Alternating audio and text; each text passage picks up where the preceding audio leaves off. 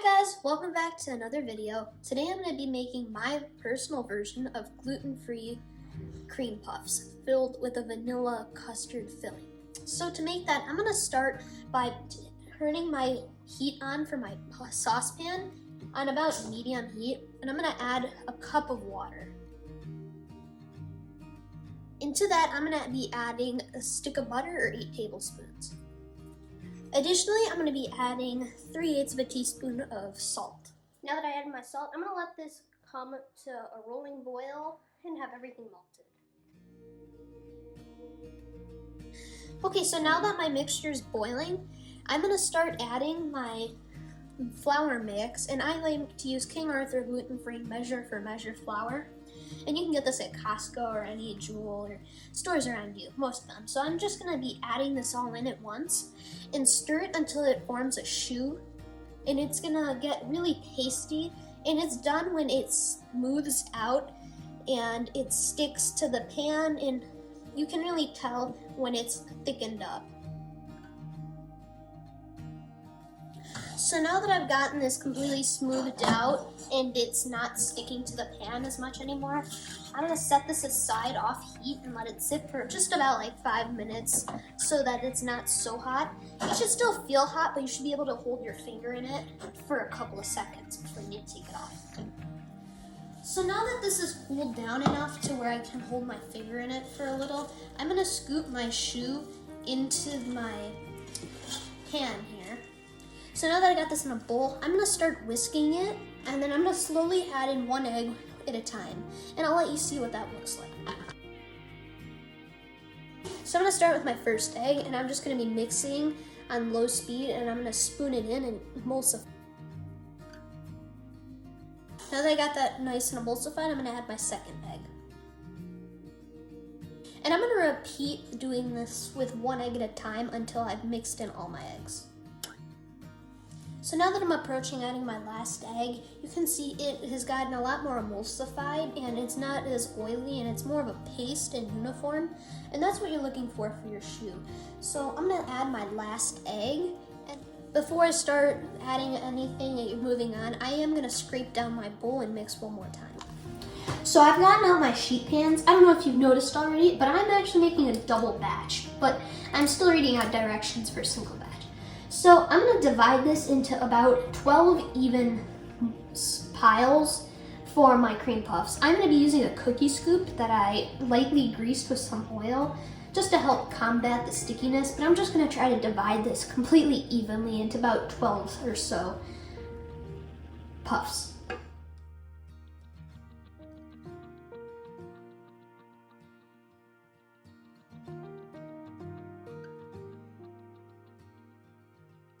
So now that my oven's heat up, I'm going to put these in the oven and I'm going to bake them until they're golden brown. It's important not to open your oven while these are cooking as the steam helps them rise. So for the first half until they're completely set, you shouldn't be touching them. Once they're cooking to brown them, you can touch them and open the oven and adjust things. So while I have my cream puffs baking in the oven, I'm going to go ahead and get my filling ready.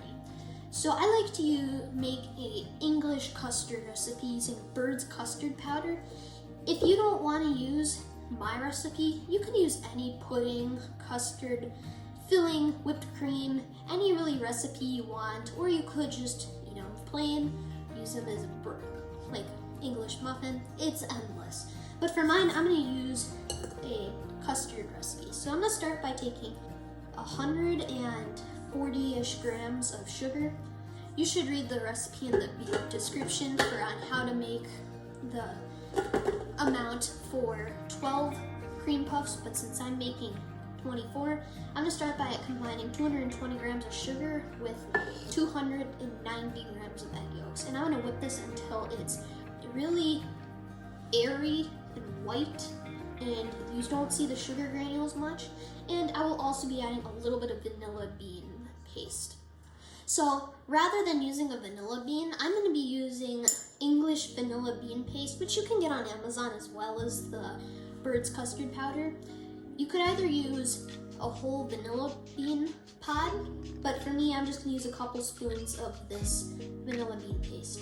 So after a good bit of mixing, you can see I have gotten, this is really white now, and it's super foamy, and you can hardly see any sugar, and there's a ribbon that forms.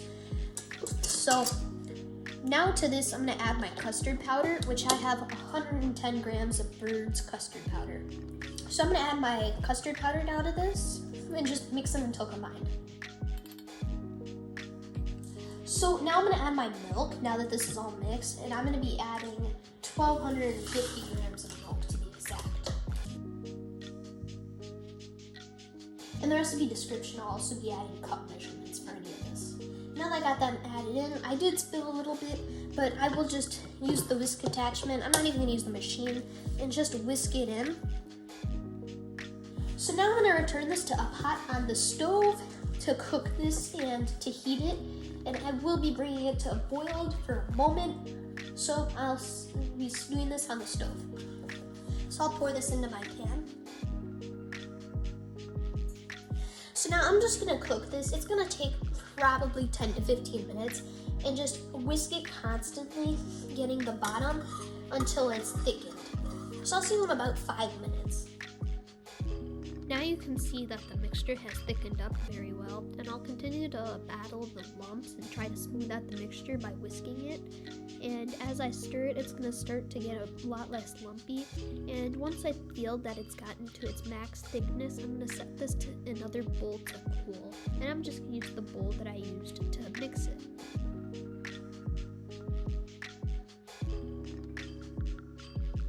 And I'm gonna let these dry out overnight so that they can cool, and then tomorrow morning I'm gonna fill them with my pastry cream because both of them need to cool.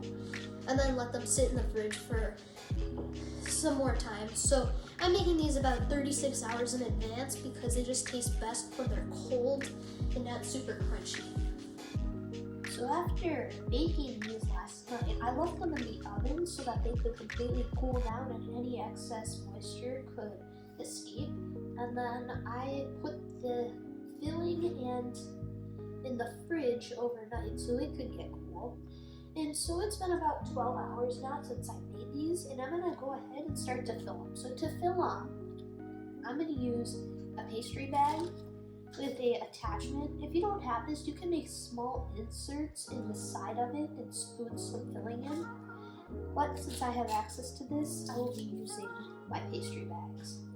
So I got my pastry bag set up, and I'm going to use this method where you just move it and then overlap the bag so that it's easier to fill.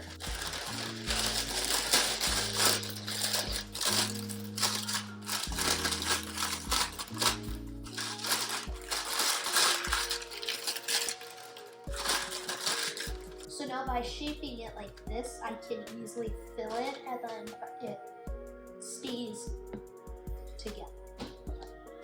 So I got my beautiful cream.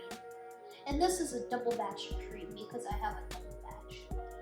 So now I have my bag filled, and I'm being careful so that it doesn't come out the end. But now I'm just gonna start filling these. So I'm just gonna find a spot on the bottom, like this one, and just inject until it feels full. And I do recommend watching to make sure that your cream isn't coming out through any other holes. And there you have it. That's how I make my gluten-free cream puffs. Don't make too many because they're really good and addictive. The way I like to eat them is let them cool for at least 8 more hours. But in my case, I'm gonna let them sit in the fridge for about a day so that the cream puff can soften and the cream can completely be absorbed and it becomes this more viscous mixture. I think these are one of the best desserts you could bring to a party, and hope you enjoy them. Thanks for watching. Leave a like, comment any questions, and subscribe if you want. Okay, thanks.